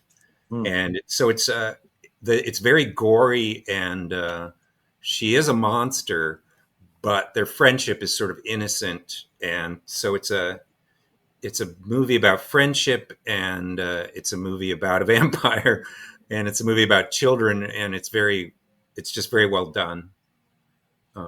And it's got a little more humor in it than I remembered. The first time, the shocking stuff in it and kind of the heart-wrenching stuff in it was all I remembered, but I rewatched it last night, and it has some pretty funny stuff in it as well. So that's that one. A Girl Walks Home Alone at Night, I don't remember that well. I'm sorry, Shane. I liked it. It has a great look, and the idea of a lone girl being the menace, and basically that's her modus operandi. Is she walks around and lets people attack her, and then she drinks their blood. So that's how she predates upon them. Yeah, but it's definitely an art house film. It's in black and white. It looks beautiful. It has a neat soundtrack, and I think the girl, incidentally, is Iranian or something. The director is, anyway. Yeah, I thought this was a foreign movie, but it says USA. No, it's American, but it's got a foreign feel. I want to tell you about The Boys from County Hell, though. Sure. Because that's Irish, and it sort of brings us all the way around. Yeah, it's got a really weird vampire, and unfortunately the title is misleading because there is a girl in the movie as well. But it's about a small Irish town that's famous because Bram Stoker stayed there, and learned about a legend, and it has a cairn of stones out in a field. And the legend, of course, is true. And there's a vampire buried under the cairn of stones. And these sort of working class Irish people accidentally knock the cairn over and release the vampire, which is hilarity ensues. It's a scary movie. It's a creepy, weird vampire. He has strange powers. We're not really sure how we're going to be able to kill him. He doesn't follow the rule book. This is Boys from County Hell. Okay. Yep. All right, do we have to stop now? Well, we've got like four. So the other movies on your list that we haven't gotten to, Humanist Vampire Seeking, Consenting Suicidal Person, Seeking Suicidal Person, Renfield, The Last Voyage of the Demeter, The Vordelok, Abigail, and Nosferatu, which is the 2024 version of Nosferatu from director Robert Eggers, which was, in my opinion, magnificent. So out of those, which one do you want to end on? Let's end on Nosferatu. It's my favorite Mina or Emma or whatever her name is. we have a couple of minutes. Although everyone's talked about it already, I think, since we've been talking about Nosferatu so much, I think this is, definitely for me the best version. It's amazing. Well, Robert Eggers is a fantastic director. I mean, everything he does is good in my opinion. I liked the vampire was awful and hideous. Even more so than Orlok usually is. I liked Defoe as the Van Helsing type. You know, he's like he was legitimately like, this guy's kind of crazy. He's kind of scary. You know, he was almost like a warlock. You know, or something like that. No, I thought it was fantastic. I thought it was really good. Mike, have you had a chance to see it? No, it's really good. I think it's Skarsgård that plays the plays the vampire. Yeah, it just really it deserves all the good word of mouth that it's getting. It's beautiful, and the acting is great. Yeah, really good. So, The Last Voyage of the Demeter, if we would have had time, I'd have wanted to go into that one. That one basically tells the story of the ship that Dracula goes from Transylvania to England on. And there's diary entries in the Dracula novel there's stuff I like about it, good and bad, but unfortunately we don't really have time to go into it. So did you like it or not, Chris? Just leave it at that. I started to like it and I hated it by the time the CGI vampire appears. All righty then. I think what about you, Mike? Have you seen it? Ruined with CGI vampire. No. You haven't seen it? Okay. No, I have not. It's watchable. I would call it an atmospheric big budget B movie is all it is, really. So it's got one scary scene. Yeah. All right. I will post the list of the movies that we talked about on the show notes at shaneplays.com. In the interest of my guest's sanity and time, we'll stop it here at 2 minutes. I mean, 2 hours. So that just shows you how many vampire movies there are out there. So there's going to be a lot less for Frankenstein. Yeah, there was a couple we didn't really get to. Unfortunately, we ran short of time. Maybe we could do a part next year, because I have my own list of movies I wanted to get to. Maybe we can do a part 2 in a few months. Yeah. So I like to end on a bad note or a bad joke. I had a bad joke. I had 3 jokes, but I'll just do one. What's a vampire's favorite band? Band? Yeah. The Dead Hot Chili Peppers. Oh, yay. Guys, I've appreciated so much. It's been Vampire Movies with Chris Holmes and Mike Stewart. So vampire movies that both sucked and didn't suck, I suppose. So I think they mostly were great, and there's more. Obviously, Mike had some, and I had some more. Yeah. Yeah. Time waits for no one. Time is a predator that stalks us all our lives. Yeah. Thanks so much for listening to Shane Plays Geek Talk. I certainly hope you enjoyed this journey into the things we love. For your convenience, show notes with helpful links for each episode can always be found at shaneplays.com. You can catch the podcast in several places, including on the blog at shaneplays.com, iTunes, Google Play Music, Stitcher, Podbean, Amazon Music, Verbal, YouTube, and more. If you like what you hear and would like to support Shane Plays Geek Talk, you can do so for as little as $1 per episode on Patreon at patreon.com/ShanePlays. Thanks again for listening, and we'll see you next time. Stay geeky, my friends.